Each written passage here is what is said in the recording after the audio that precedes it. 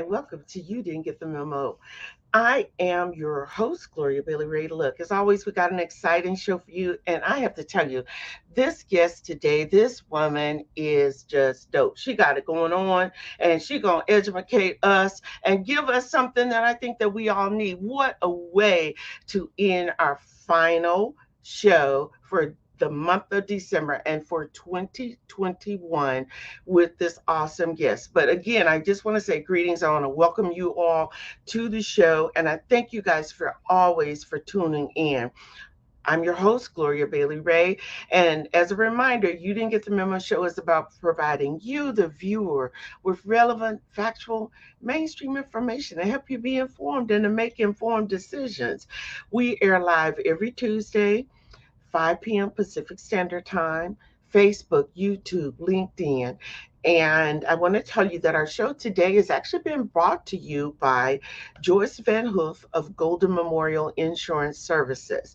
You Didn't Get the Memo show is an interactive show. So if you got questions, if you got comments, please place them in the comment section and we'll do our very best to respond to them. All right. I want to give a quick shout out, as always, to all my viewers, both nationally and internationally. And I thank you from the bottom of my heart for tuning in. Look, my guest today is none other than Miss Carolyn Johnson, who is the CEO of Black Cultural Zone.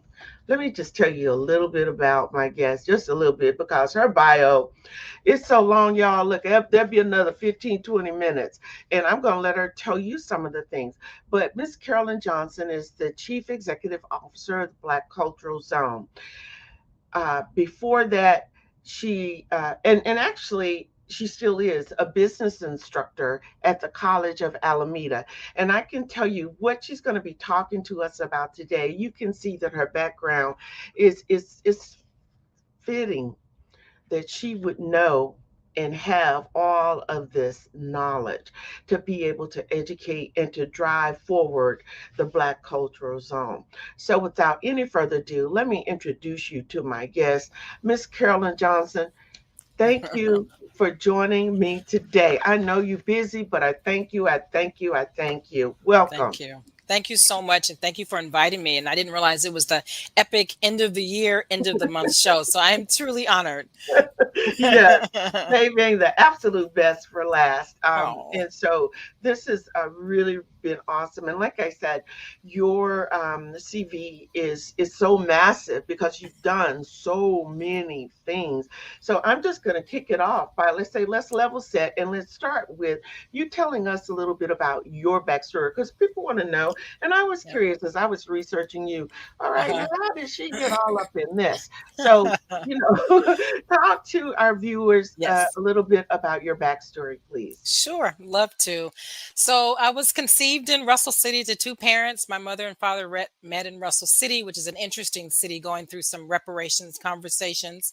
But I was born and raised in Oakland, California. I'm a proud graduate of Castlemont High School.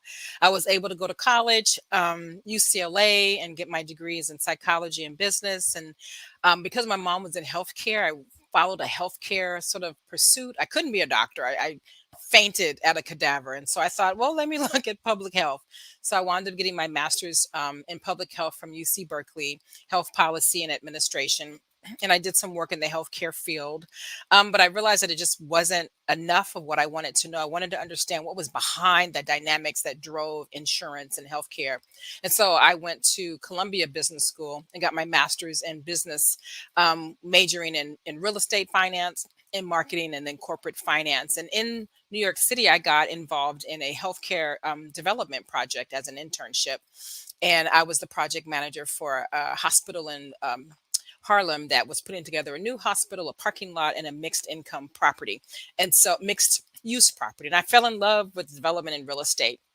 And so when I ultimately did return to California, I got into the commercial real estate industry, brokering, underwriting loans, financing with grants, just really digging into that arena while still learning to teach folks about business. And one of the connections between business and the teaching was that people would come to me to look for, they wanted to buy a building or they wanted to lease a large space. They'd gotten some money from grandma. They had a business idea. And I would say, do you have a business plan? Like, I don't want you to lose this money. And I realized that many folks, and particularly my folks, Black folks, um, didn't necessarily have that business plan. So that's what got me into saying, I want to help people really have a business plan so that they don't lose that money. So that's where the nexus between business and commercial real estate came in.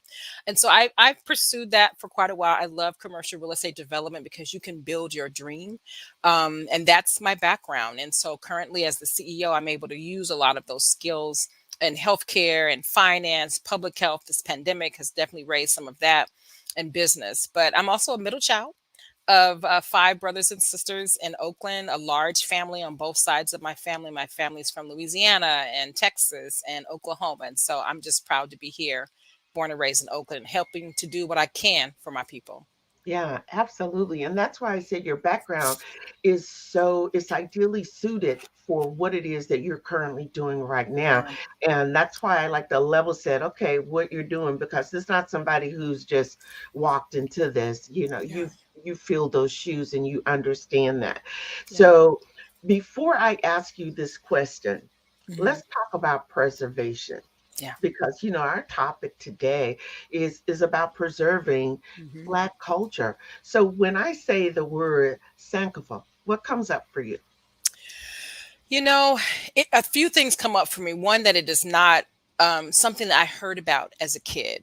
Right. Sankofa was something that has African origins, and we just didn't hear about that. And it speaks to how we have been miseducated, undereducated, how the truth has been hidden from us. But it Mm-hmm. also speaks to the ability for rebirth and sort of reaching back and being able to go after our legacy. And I think a part Yeah. of preservation is really understanding what we know, what we think we know, Mhm. uncovering what we should have known, and making sure that we preserve that and use our traditions to connect that back to where we came from, to where we are, and what the future should look like for ourselves and for our kids. So Sankofa engenders a lot. One, sometimes a little anger, because I literally was very Western educated, Mhm. didn't know a lot about even these terminologies, knew Kwanzaa, but it drives me that we should definitely make sure that our kids understand who they are, what happened, where they came from, and what we need to do to connect back to our homeland and the diaspora. Mhm, mhm. Absolutely. And actually, I pulled this off of your website because I was so intrigued by it. Hmm. And being a woman who's raised in the South, Ah, we have a different yep, upbringing, right? yep. And our Blackness is totally, different from a lot than when I moved to California and Mm, experienced. Okay. And hmm. so when I saw that word, the sand means return, Yeah. the ko is go, and the Hmm. fa is look, see, and take. And I Yeah. love the quote, Yeah. it is not taboo to fetch what Yes. is at risk of being Right. left behind. And I mean, Absolutely. when you think about that and hearing what you say, one of the quotes I had intended to open with was, the Black skin is not a badge of shame, Right. but rather a glorious symbol of national greatness. Yes. And until our children are taught that, until they Yes. understand that, until they really get the memo Yes. about that, Right. it Right. it opens up a whole nother world. So I Right. wanted to start with that Hmm. because now the next question that I have for you is, what is the Black Cultural Zone and how Hmm. did it come about? Because Yeah. we want to hear what's the goal, what's the Hmm. mission. But tell Hmm. us a bit about what the Black Cultural Zone is. And I tell you, Yeah. woo wee, you guys are moving, shaking, doing it. Just do it. Thank you. Thank you. So, the concept of a Black cultural zone actually came from a group called Eastside Arts Alliance. It's a alliance, a collaborative of artists who or occupied East 14th Street, which is a major commercial corridor in Oakland.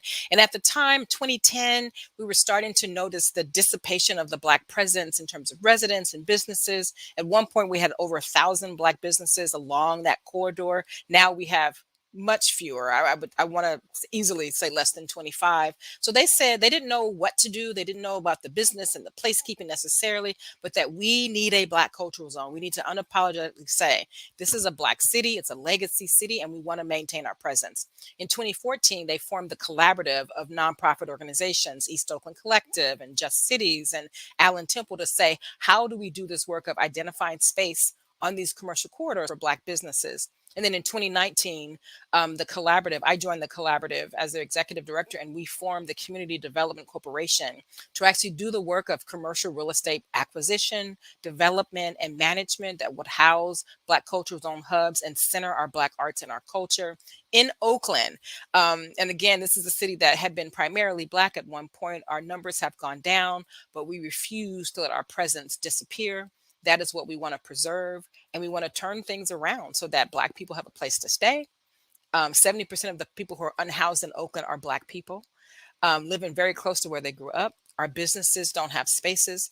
And it's an endemic for lots of organizations and groups, but for Black people in particular, when you disaggregate us from the BIPOC overarching sort of grouping, we are doing really not great. And that's not the end of our story. And so the Black Cultural Zone is here to say that's not the end of our story. We know our legacy, we know our rights, we know what we deserve and what we will have. And it's got to be based in place. We've Yeah. got to hold space in this country. Yeah, absolutely. And I love that word, whole space. Hmm. Because if you don't, and like you said, when I moved to the Bay Area, all I knew Oaktown.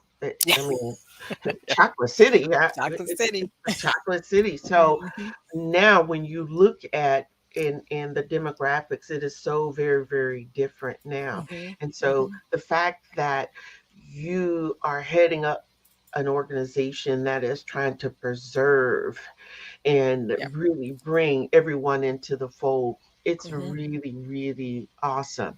So Hmm. I know that you actually wove into that a little bit of the mission Hmm. and the goal, but let's just really extrapolate that out and let's Yeah. talk about what really and truly is the mission overall. Yeah.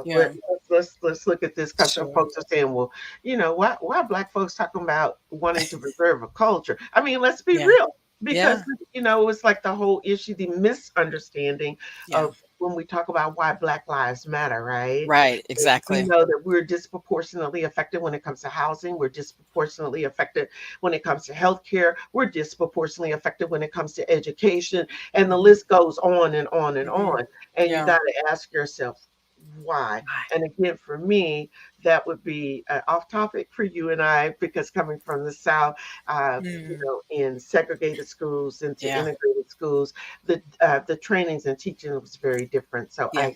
of course, I have a different take on why Hmm. that. But Yeah.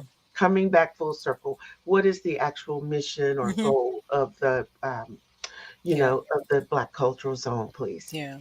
The mission of the Black Cultural Zone Community Development Corporation is to unapologetically center Black arts, Black culture, and Black economics as we collectively design and resource and transform and build collective power for our communities.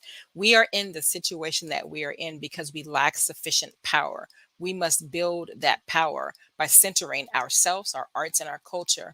And it really is unique for me to be able to go into a room and say, where are the Black businesses? Where are the Black people? We love everyone. We've been open arms to everyone who comes to our communities. Immigrants have been able to build lives in the Black community. We didn't burn them out, didn't burn crosses them. We accepted them. And now it's time for us to center ourselves and to say that it's important that our culture, our arts, and economics are designed in such a way that we have power. And in this country, power is real estate in many cases. Power is collaboration and coordination. And that's what the Black Cultural Zone CDC focuses on, is building that economy, building the community's capacity for leadership and power building, building our space and our places that we hold and activate on Mhm. behalf of that mission. Right, absolutely. We're going to take a really quick break, but when we come back, Mhm. let's talk about, because you just led into it, like you're just like bleeding over into the questions I have for you. But let's Mhm. really delve into, who does the Black Cultural Zone help? Yeah. So you guys don't go anywhere. Thank you guys so much for tuning in. As always, I am honored and humbled. Thank you guys. You are tuned in to the You Didn't Get the Memo show with my awesome guest, Miss Carolyn Johnson, the CEO of Black Cultural Zone. Guys, don't go anywhere. We'll be right back. You know, a lot of people say when you're going somewhere, you don't want to look back. But I beg to differ. I can't lie and say it was easy. I looked at everything in a different light. I realized it started with me going back and getting my high school diploma.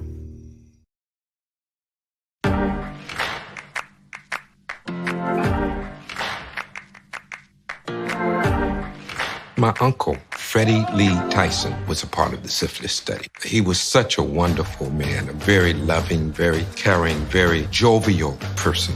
He helped build the air base at Moulton Field. When you think about the Tuskegee Airmen, all of the greatness that they did, and then in this same space, such an atrocious study was being heaped upon our men, that really shook my spirit. They were not being treated. That is very different from what's happening with COVID-19. The vaccine is being made available to anyone who wants it, even those who find themselves at the space of hesitancy. We have to have patience and give them the requisite information that they need, that they can make an informed decision. But let's do it out of love.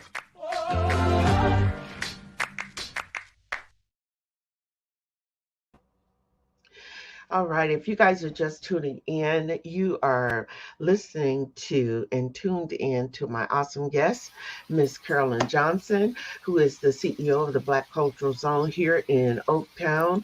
And what a fitting into our year end show, and I'm excited to have her on. Now, we're talking about preserving Black culture. So, if you're just tuning in, I want to remind you guys you can always go back and you can view the entire interview with Miss Johnson. So, share it, share it, share it, share it, and let's talk, guys, and let's learn. So, before we went to break, I posed to my guests to really talk about who does the Black Cultural Zone help. And let me just say, I love the fact that you know what, keeping it real. That's how I sound. Being authentic, okay. And you said we didn't burn other ethnicities out. We didn't burn people out. People have come into our communities and they have built, I mean, businesses and homes and things around it. And I wanted to say thank you, my sister, for acknowledging that, Mhm. because that is real. And you know what? We are inclusive Yes. as opposed to being exclusive. And I really appreciate you saying that. So Yeah. back to the question at hand. Who does the Black Cultural Zone help? Yes, thank you. Yeah, thank you. Yeah, and I'm learning to say that a little bit more because I think, and I'll go back to what I just said. People have to respect the struggle. Wherever you see us at currently, you haven't seen that we freed ourselves in this country. We built towns, they were burned down. We built communities, they were destroyed. And wherever you see us in this struggle, I ask you to respect it and know that we are open arms and we need you to put us in the first place currently. But we serve Black and African Americans who have been displaced or are at risk of displacement from their legacy community. So a legacy community is a city like Oakland that at one point had the significant majority of from a racial perspective, Black. We also serve current BIPOC and other residents who are living in our legacy Black communities. So, West Oakland is not maybe majority Black, and East Oakland barely is or still is. But we serve everyone because, again, we are not here to exclude anyone, but we're here to support the communities where we created them and we lived. We support artists in particular, makers and creatives, because we believe that these folks really carry our story. We support entrepreneurs and business owners because the only path out for economy is really to build a strong career or to build your business. We serve young people who are in need of direction and support. So we hire hundreds of young people to work in our events. We support returning citizens, folks that have been incarcerated and are returning home. We know that a big percentage of those are going to be African Americans. And we support Black property owners to hold their space, improve their space, and develop their space as well. So those are the people that we serve. Oh, okay. We have a question from one of the viewers out of Texas, and his question is, and may actually, because we're going through this right now in Oakland, the question is, how do we lose property rights through rezoning by some city council members? Austin, Texas is known for these type of tax. these types of acts? Yeah. So I'm not an expert in zoning, but zoning has a couple of impacts in terms of what you can create, what you can do on that property. And so if it's rezoned in a way that it no longer has the value that you acquired it for, you may wind up letting it go at values less than what you expected. And so if you bought it and it was an auto zone or an auto business, but you can't have that anymore, when you go to try and sell it or lease it, you've lost value. So that rezoning has impacts. And rezoning and planning have been used for centuries to really separate and remove value from Black communities. The planning communities, the planning departments, the urban renewal activity all use zoning as a tactic to actually get you to leave or to lose your property. And so being involved in the planning council, being involved in your city council, being aware of what's happening and calling it what it is. When it's racism or holds in institutionalized racism, you have to call it out for what it is and fight against it. Any change at the planning committee to zoning or anything that affects property, we have to look for what are they really trying to do. Yeah, absolutely. And thank you for saying that. And that's a ongoing conversation that I have with Yeah. people who are always, complain about things. And I'm like, well, do you go to your city council meetings? Right. Nowadays, everything you can zoom in and Yeah. listen and still have Right. comments and those kinds of things. If Yeah. you've got a homeowners association, people Hmm. who aren't involved in those associations, Right. they're there for a reason. Right. Right. So we have to become more astute when it comes to dealing with that. And that was a great analogy. You're right. You Yeah. started out, it was the auto shop and it was Yeah. the neighborhood auto shop. Yep. And now somebody wants to rezone it because they Right. want to build apartment Right. buildings, Right. right? Right. So, but great question. Thank you so much. Can I say Sir. one more Yeah, thing? I'm sorry. yeah, So absolutely. participation, civic participation, participating in your homeowners association is also a privilege. If you have 4 jobs, you don't have time to do that. What I always suggest, so participation, volunteerism is a privilege that not everybody has. And so what you have to do is organize a collaborative of folks. I can't go to every Thursday meeting, but I can go to the first one, you go to the second. And how do we share with each other? This system has us so busy, has us working so hard with so many jobs that we can't participate. And that is not by happenstance. Yeah. Look, all I can say now that's the truth because one more Zoom meeting, one more board meeting, I'm thinking, you just and It's a I lot. know and look, I don't mean to sound like a complaint, but I'm like, It's a it's a lot. little, It's a lot. it absolutely is. But what a great suggestion, and you're Hmm. forming that, and you're Hmm. absolutely right. So not Right. one person is taxed, Right. Right. in terms of doing it. So Hmm. excellent suggestion. Thank you so much for that question. All Hmm. right, so. When I say this, because you talked about the Black Cultural Zone, but let's talk about, you said that you hire a lot of children, Hmm. but also the impact that the Black Cultural Zone has on things like schools not prison, school Yeah. discipline reform. Hmm. And I know here in Oakland, there's a whole lot of controversy Yeah. Yep. around Right. prison and jails Right. and things. But how does the Black Cultural Zone fit into dealing with issues such as schools, not Yeah. prisons? Yeah, a great question. I think so.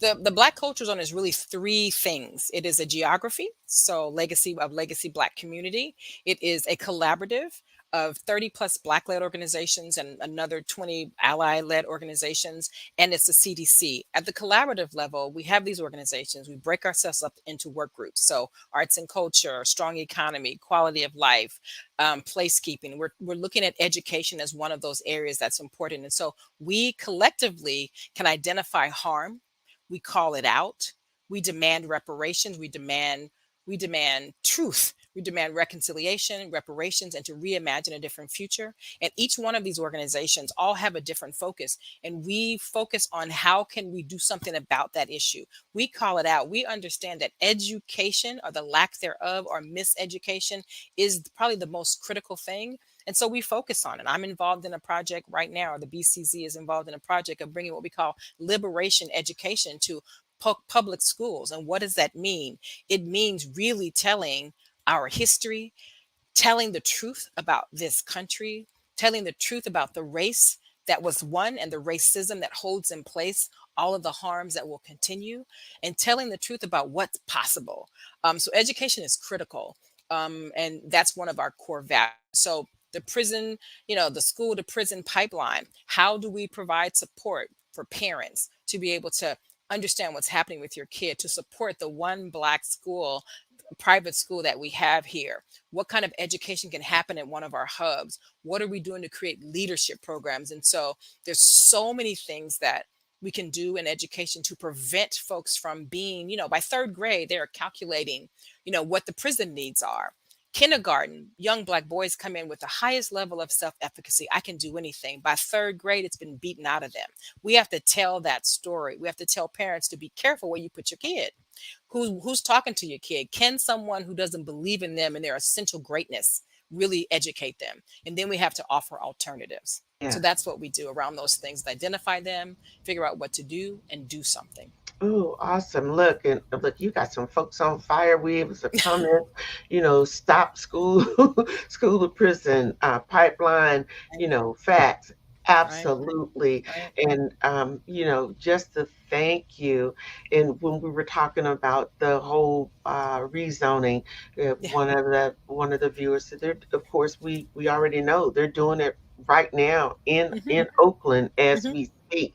Yep. So, you know, um, let's talk about, you talked about one of the three arms, and one was the CDC.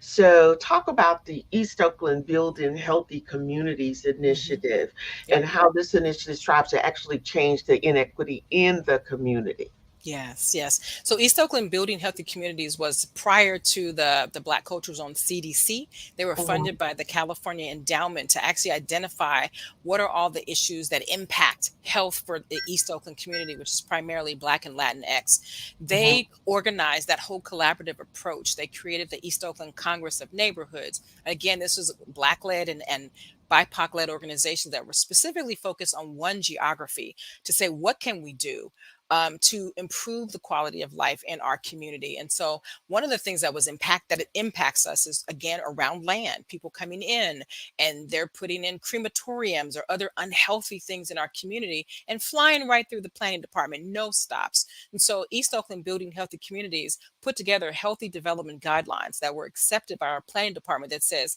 we have a right as citizens to say what comes in our community. We have a right to question, and you don't have the right, planning committee, to approve things that don't deliver on our health. And here are some guidelines. We always have to remind city workers and county workers and state workers and federal, you work for the people. It is the people's money that you are organizing, and these are the guidelines that we have. The other thing that they were focused on was creating a special community endowment, which is still a thought in progress around how do we fund ourselves. There's so much money that the Black community generates, and not much of it stays and bounces in our community. So how can we have a community endowment that's funded and that can be an evergreen fund so that we can fund the things that we need? Because we know the dance, the wonderful dance, the foundations and corporations and those things, but how can we create our own? So we have a lot of hope, and that's what the East Oakland Building Healthy Communities initiative did. It sunset in 2020, and they merged into the Black Culture Zone CDC, so their work continues. Mm, okay. Oh, awesome. Awesome. Look, I hope everybody that's tuning in, they're getting this, because the work that is being done is a blueprint for it to be all around the country. There is no Absolutely. reason that it should not be. And that's the thing. You guys keep your comments coming. I'll share them when we come back. We're going to take a really quick break, Great. but thank you for tuning in to You Didn't Get the Memo show with my awesome guest, Miss Carolyn Johnson, CEO of Black Cultural Zone. So, guys, don't go anywhere. We will be right back. Stem is precise, no margin for error. Dare to forget that. Dare to have fun with it. Get weird with it. Dare to load their minds. Dare to explore. Dare to STEM. Learn more at She Can STEM. Let's get back to talking smack with the side of mac and cheese. Before we can safely come together, we need the facts on COVID-19 vaccines. To get the facts, visit getvaccineanswers.org so you can make an informed decision when vaccines are available to you. All right. If you guys are just tuning in, I'm just going to tell you it's still dope. It's still happening. My guest, Miss Carolyn Johnson, is you know educating all of us around things that can be done in our communities. And it just takes each one of us that's willing to take a little sliver Yeah. of, of something and let's put it together. It really and truly is like baking a cake or a pie, right? There are different ingredients and understanding who has the skill sets to be able to pull that together. And this is why we're talking today, our last show of the year, Mm. with Miss Carolyn Johnson about preserving Black culture. And I'm excited that she's able to be available and availed herself to me. So before we went to break, one of the questions that I ask, and I'm going to ask, and look, because I just feel like there's no holds barred with you. Yes. Tell our viewers, why is the Black Cultural Zone such an important program that people should support? That's a great question. Yeah. So, displacement and gentrification is a harmful cycle that is a legacy of centuries of institutionalized racism. And we have to decide who we want to be as a country. Do we want to acknowledge and remedy the harms, or do we want to continue the downward spiral? And we are in a downward spiral. Cost of living, working two plus jobs, high incarceration rates, vis a vis other first world countries, unhoused at levels we've never seen before, health and wellness challenges. But there is a bright light. We can change direction. So, support for the efforts of the Black Cultural Zone to face this downward cycle directly with specific targeted programs and projects and approaches that center our community over the individual, center collaboration and cooperation versus destructive competition, and build beautiful communities that center our vibrant Black arts and culture. We want support from people who love Black culture and love Black people and are willing to put their time and money and other resources where their heart is. But we are at a segue in this Yeah, country. We have to yeah. decide where we want to go. Which, of course, then that brings up several comments. So I'll start with the fact that, there's some good stuff, CJ. It's the But truth. here's a question, going back to alternatives, need more guidance in the community. And Yeah. that had to do around, centering around our children, the prison, the school, prisons, the pipeline is, and I'm sitting here still, I think I'm stunned when you said about third grade, you know, prisons already figured out how many people they need to have in them, because I've That's always right. said it's a business, there's no question.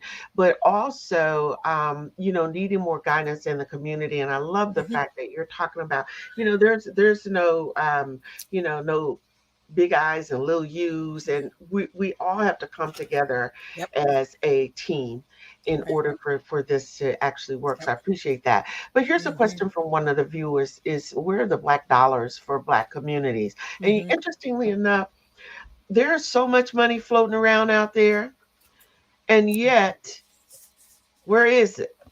Yeah. Because it's not trickling down to, Right. to us. Hmm. No. So what's your take on that? So I'll start with a couple of things. One is Okay. what I would call our dollars and where we spend our dollars. Are we supporting Black businesses that are Black on purpose? They're not Hmm. just a Hmm. Black owner becoming a Right. millionaire. They're hiring Black people. They're using Black vendors, and their vendors are using Black vendors. And so, where is our money going? Who are we paying it to? If Hmm. we looked more inward, which is why we started the Acoma Market at Liberation Park, where I buy most of my stuff now from Black vendors. So that's one. Two is the money that is held by our government, right? So the taxes that we pay, how are they spending that money, and what is their obligation to give it back to Right. us and to give it back in numbers that bring equity? So you have to do more for the Black community. Of course, for hundreds of years you took from us, and so there's an obligation that we have to hold them up to. Other places that we have to look for money are things like pension plans. All of us have pension plans that are run by really large entities. They give that money primarily to venture capital in some cases, and those venture capitalists don't necessarily invest primarily in Black businesses. And so we have to follow the trail of all of the money and hold them accountable. The foundations, et cetera, that give money as well, making sure that we are able to comprehensively know where the money is coming from at the state, the federal, the private, the corporate level. Be prepared to present and ask that request for that money and to follow up and to do well with that money so we can get more money. We have to hold our community benefit organizations accountable as well. We've had community based organizations, they've been around for many years in Oakland, and we're not necessarily in a better place. We try to make sure that a lot of our money hits the streets. And so we like a neighborhood messenger program. We get a grant for 250. I want 200 of that to go out into the community to help them in a way to lift them up. So there's a lot of money out there. We have to Mhm. identify who is in charge, what they're accountable for, and what we want from them in a clear, coherent way with a Black agenda that we all agree to. We won't agree to everything as Black people, but there's some core things that we need to be asking for Right, right. clearly. Oh, oh, absolutely.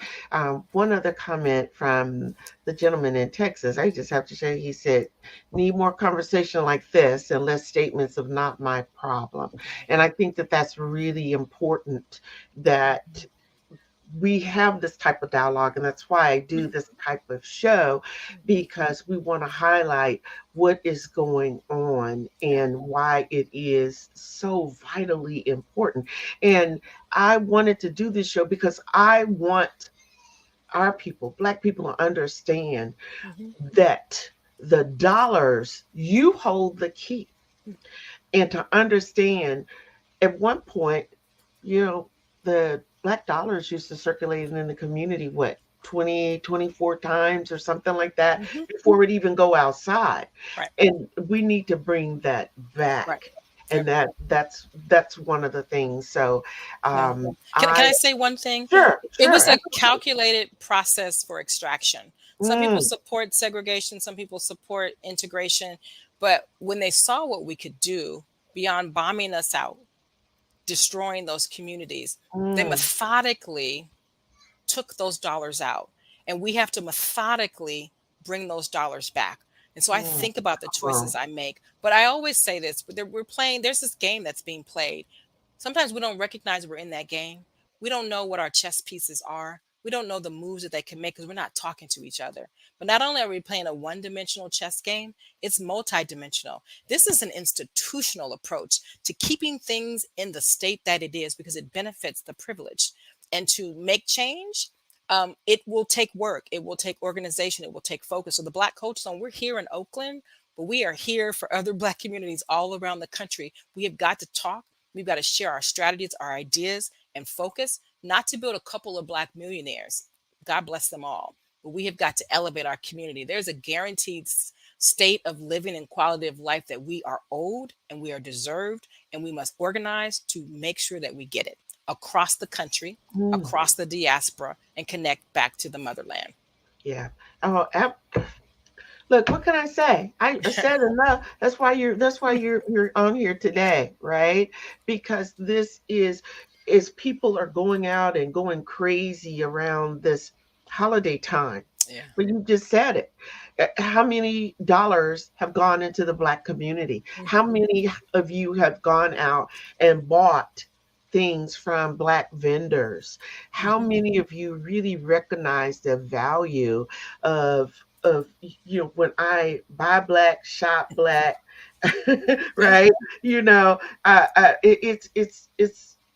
Yeah. it's this It's a I don't domino effect. If we can just make a pact that in 2022 we'll make our dollars bounce just twice in the Black community, then the come next on, time 4 times, then come on, 6 times, then 12 times, we'll do better. Right now the dollar bounces less than once, and that's right, okay. Again, it yeah, was a structural intervention that took what we used to do for each other, and they saw that mm-hmm, worked so well.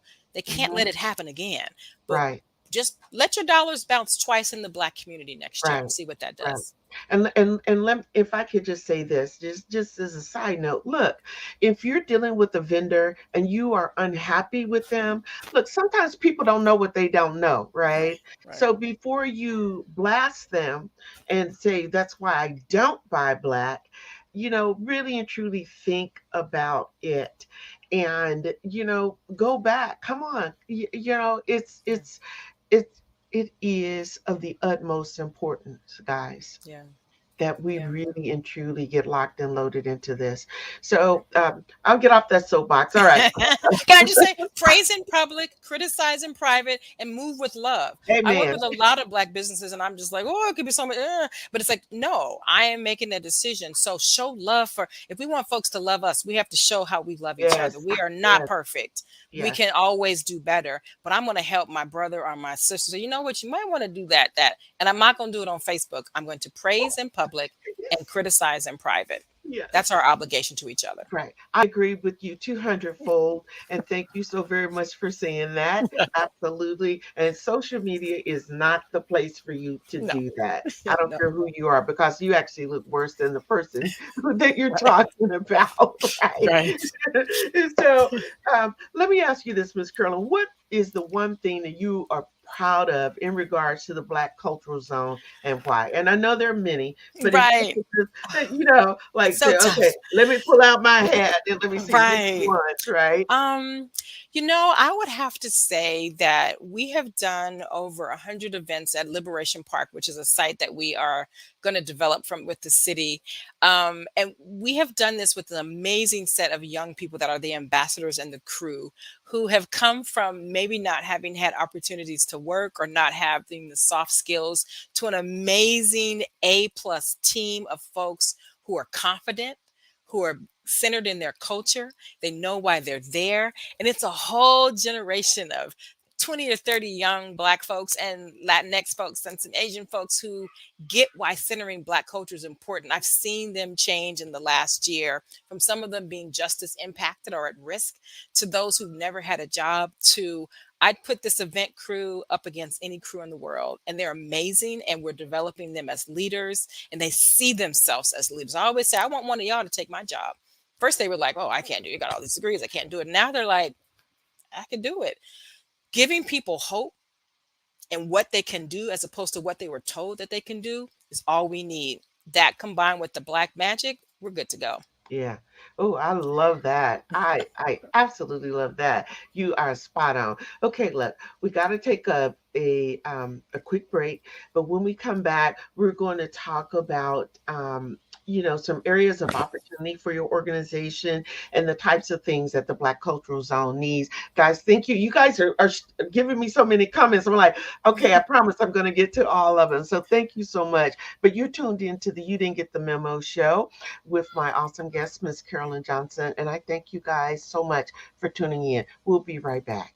Thank you for watching the You Didn't Get the Memo show with your inspirational host, Gloria Bailey Ray. It's your contributions that make this happen. To become a sponsor, send an email to youdidn'tgetthememo@gmail. That's the letter U, didn't get the memo. If you're not in a space to be a sponsor, but you like what you hear, we simply ask that you support what you like by making a contribution to the show. There are 3 ways to make an online donation. Visit paypal.me/Gloria Bailey Ray or Cash App or Venmo, Gloria Bailey Ray.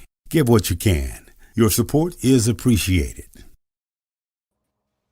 All right, guys, I want to thank you so much for hanging in here. The time seems to just fly by, and there are a gazillion questions. But before we went to that short break, I had asked my guest, Ms. Carolyn, what are some areas of opportunity for her organization? So, as with anything, there are areas. So could you share with us what some of those may be? Sure. The ultimate goal of the Black Cultural Zone is to develop Black Cultural Zone hubs. These are real estate assets that aggregate retail and food and restaurants and arts and culture so that we anchor a community and then we utilize that to really catalyze development and acquisition adjacent to those spaces. So our goal is to have 10 Black Cultural Zone hubs in East Oakland as a first goal. And East Oakland is about 50 by 50 blocks that we're targeting. So one every 5 blocks. We think that will bring the culture and the atmosphere that we want. So that's an area of opportunity. Another area of opportunity is really around that healing work and that wellness work that is necessary for our community. We can't go further without that and without proper education, liberation education. And so those are 2 areas that I think are absolutely essential for us to really develop those hubs in a way that they will exist and stay. We've got to be healed as people, as individuals, and as a collective. We need to be well. and we need to be smart and we need to be educated about what happened, what is going on, and what our future is. So those are the areas I see of opportunity for our organization. Oh, okay. So, what types of things would you say that you give me the areas of opportunity, but Hmm. let's talk about the funding needs Yeah, for Black Cultural Zone because you yeah, guys, at the end of this, I'm going to ask Miss Carolyn. There's a way for you to also be able to donate, and I don't care if you don't donate to nobody else. You see and hear what this woman and her team and this organization is doing. Come on, yeah, y'all, all over. I mean, I got Texas, I got Arkansas. Look, I got all you guys right, in the right. house. So Georgia, Tennessee. So look, Oh, wow. listen up. Mm, Let's make sure that we go out of 2021 doing something positive and yeah. good that is has a great outcome. Mm. So, Miss Carolyn, funding needs for Black So, Culture Zone. Don't look, yeah. don't be shy. I won't be. Our budget is we have a $2 million budget and we have to fill it. So we definitely need support, general operating support of whatever you can provide for our operations. We have an outdoor roller skating rink where it's also a social enterprise, teaching our young folks how to run a business and also have fun, bringing back something that was taken from Black folks at some point. So supporting particular initiatives would be great. And that general operating money is always helpful. The programs need support as well, financial support, so you can contribute to the Acoma Market, which provides no cost booths to folks to do retail. You can contribute to our Friday night films where we show Black movies and talk about what that means for our community. So there are ways to contribute on our website, and we'll, I'm sure, talk about the website later. And then larger ask are commercial real estate projects. We're looking for Black folks for a couple of things. One is, are you have access to financing? There's very few Black-led investment banking firms. Are you connected to a foundation? We have to raise $150 million for our 3 commercial real estate projects. So those are things. We also need people. I want a Black general contractor. I want Black subcontractors. I don't want to raise $150 million and then give 90% of it outside of our community. Then what are we doing? And so I need human resources as well. What's your expertise? What's your skill? What's your connection? So even if you don't have the funding, connecting us and sharing this story with people that you know who are in that flow helps. And I want to connect across the country. I want us to talk to other communities that have similar issues so we can share our stories, our Mm, strategies. yeah. Oh, absolutely. All right. So that falls in line with number one. Here is one. Talk with Paul Oh, Chambers yeah. and I Steve love them. Evans. Yes. All right, so Yes. that's one thing. Hmm. Then the other thing is Liberation Park. Need more info on the cultural zone. Sure, sure. So So, you, so you, the you get that? Yeah, absolutely, absolutely. The Black Cultural Zone like runs from High Street in Oakland to the border of San Leandro, from the hills to the water. So it's about half of Oakland. One of the first hubs we're developing is at 73rd and East 14th Street. It's a site that was owned by the city, is owned by the city of Oakland, was abandoned for years, and so that is where Liberation Park is. We've taken that park from an abandoned space, 1.2 acres, and it houses the Acoma Outdoor Commercial.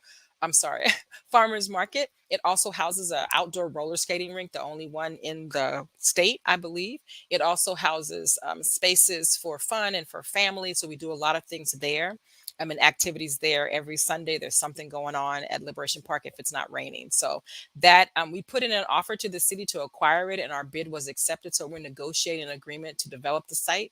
And in about 4 years, we'll start building out 2 buildings. A project where it will have 120 units of housing, including 20 units of maker housing, so you can live next to your business. And there will also be a market hall that will have performance spaces, a music hall, a food hall, and a retail space as well as co-working spaces. So that's the longer term project, but it's right in the middle of East Oakland, near Eastmont Mall, a mall that has declined in terms of its economic viability. And we are building our hub of our own at that corner. Yeah. Oh, awesome. Oh, Yeah. this, I mean, as they say, this some great, good, really good stuff, right? All right. So thank you so much. And you got a shout out for your team. Yes. They're Oh, doing some great. great stuff, Thank you, right? Imani. Yeah. Mhm. So definitely money. I love this. Part of that healing is regaining the role of parenting. Yeah. The Mm, outside of our community is a reflection of the mm, inside, the home. Can we start with regaining respect there? yeah. Yeah. Thoughts, Yeah. Carolyn. That is a great, and it's so true. I think as I deal with folks in, vendors and staff, Yes. there's a lot of hurt and pain. Like Mm, we carry the pain of our ancestors in our DNA for at least 3 generations. And one of the things that we're utilizing Liberation Park for is as a healing hub where we have space for healing circles. But we're also working with our staff, our team, our crew, our messengers with a whole program of healing. And we had our very first class last week with the healing arts. So mm, Tai Chi, Qigong, yoga, but not just for the sake of those practices, but how do we deal with conflict? How do we communicate with each other? How do we treat each other? And I'm hoping that as we do this with our crew and our ambassadors, that will do it with our Como Market vendors, that will do it with our neighborhood messengers. And that's 200 people that will take that practice home and say, instead of us fighting like this or dealing with this, you know where that's coming from? That's coming from a deeper hurt. And one of the things that the healing arts trainer said to us last week was that sometimes Black folks don't want to heal. We know if we start busting out crying, we're just going to be messy, and it's a lot. And I know I'm that person that has held on to a lot of pain. But he said, when you heal for yourself, you actually healing for your ancestors. And that is motivation enough for me to say, I got to do some healing work. We all need to do healing work, and we need to take that home. We need to have these uncomfortable conversations. We need to stand up and be examples for our children and for our family members. But most importantly, we need to understand that we didn't get here by chance, and we're not going to get out of here by chance. And it will take a focused effort. And mm. at home is first. Absolutely. Yeah, absolutely. And thank you for saying that. And Mhm. look, I can't remember who was it that said they cry ugly. Look, I cry ugly too. Oh, I guess ugly, and I don't want to get ugly. It doesn't matter, slinging snot, if that's what it's going to take to get things, Yeah. to purge yourself of all of Hmm. that. And a lot of times people don't realize how much is packed down Yep. for so Yep. many years. Hmm. And when you finally start to unpack all of that, it Yeah. ain't pretty. Right. It's not. It's However, necessary.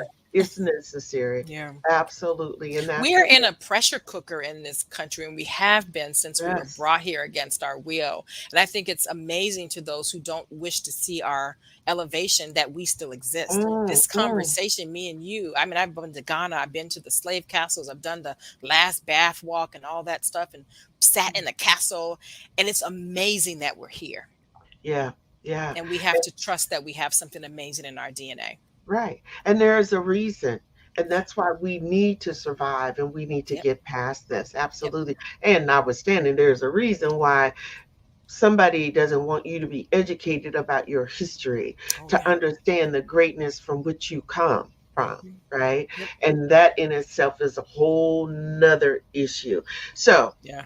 you guys, y'all been listening to Miss Carolyn, and I'm looking at your comments, and I know I want y'all to look in your pocketbooks, pull out those credit cards, Hmm. debit cards. Um, Miss Carolyn, if you'll put in the chat, in the private chat for me, Hmm. what your information, how people can donate and all of Sure. that. I want to be able to share that with our viewers so that they can Put it in the donate. chat. Sure. And yeah, do you see it? Private chat? Yeah, Hmm. okay, Yep. got it. And therefore, look, there is no excuse. So, how can people donate? I'm about to put that up. And while I'm doing that, I want to ask Miss Curlin to talk about what is it that she want people who are watching the show to take away from today. Yeah. Miss Curlin, what do you want them to do? You Yeah. said, It's so oh, hard. You make me choose. I want us to remember that we have a choice in the direction of our country and how we treat each other. And we can make a difference individually and collectively. We can.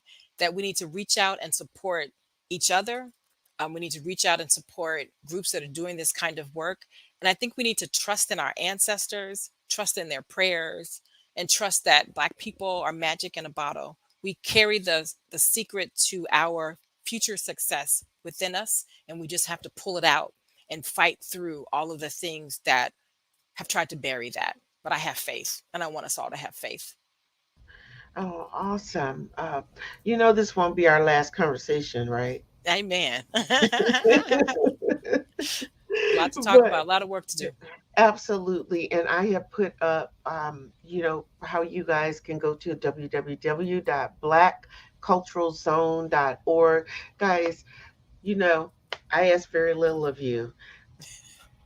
Give today, Thank give, you. support, donate, because the work, you just have to go there to see the work, you guys. You really and truly have to do so.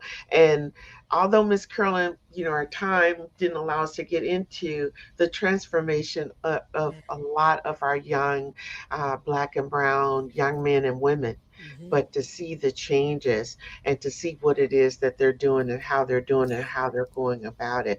Yeah. You guys, let me just tell you, that's when you really know that Black Lives Matter. There's no Yes. question about it. Yes. So I really, really want to encourage you, whatever you do, please support the Black Cultural Zone. And for those of you who are in all these other parts of the country and you're telling me where you're from, Mm-hmm. listen, don't sit back and talk about what's not being done. Get involved, Mm-hmm. make it happen, one by one, right? And that's the thing. It's what I'd like for you guys to be able to do. Miss Carolyn, don't you go anywhere. Okay. All right, I'll be right back. I want to thank all of you, and in particular, I want to thank my guest, Ms. Carolyn Johnson, the CEO of the Black Cultural Zone, for being on the show today. A gentle reminder to all of you is to support our efforts by inquiring about our sponsorship packages. And just remember, it's not too late for you to become a sponsor. If you're not in the space to do so, I am going to ask that you guys today donate to Black Cultural Zone. Please, whatever you do, there is a blessing in giving, whether you believe it or not. Hey, I want to be sure and remind you guys to follow me on all my social media platforms. Mark your calendars, guys, for every Tuesday at 5 p.m. Pacific Standard Time for always a great show on You Didn't Get the Memo. Look, we're coming back large and stronger in 2022, if the good Lord's willing and the creek don't rise, as my mom would say. And we've got a great shows for you. Also, I remind you guys that every Thursday, starting back in January, if you want some midweek inspiration, you can tune into my show, my podcast, Real Talk with Lady G, and I keep it real. It's on Spreaker.com. I appreciate all of you guys. You need to know that. I really and truly do. I appreciate you. I love you. And I thank you guys so much for all that you do and all that you're doing. It's been a blast. And as I always say, if you didn't take anything away from today's show, then it's really you who didn't get the memo. Your thought for the week is this: happy holidays to each and every one of you. But remember that this is not the year to get everything you want. This is the year to appreciate everything you have. Until this time next year, 2022. I ask that you give thanks for all of your blessings, stay safe, and always remember to pay it forward. I'm Gloria Bailey Ray, your host. Peace, blessings, and again, happy holidays.